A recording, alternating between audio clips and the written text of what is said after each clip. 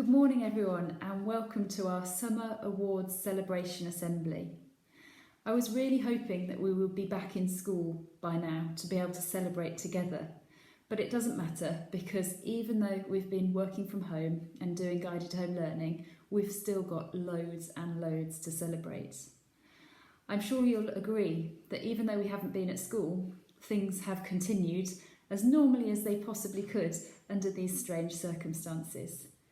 I've been absolutely astounded by the fact that you have completed so many lessons and your learning has continued in such a creative and innovative way. Your teachers have told me how much progress you've made and how much learning has carried on, and that you're all in a really great position, ready when we start back at school in September.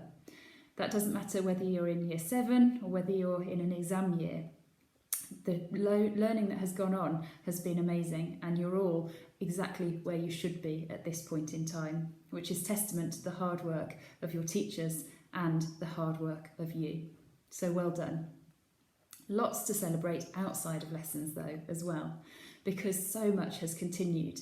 I've been so impressed by the fact that Board Game Club has continued, that we've had remote concerts, that we've had debating competitions. We've had GDST events like the song contest and like inspiring change makers.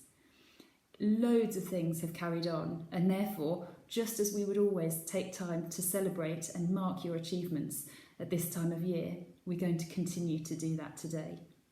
So we've got lots of awards to give out today, and all of the awards or certificates or badges or whatever it is that you've achieved today will be sent home to you in the post. So do look out over the coming days for things being delivered to you.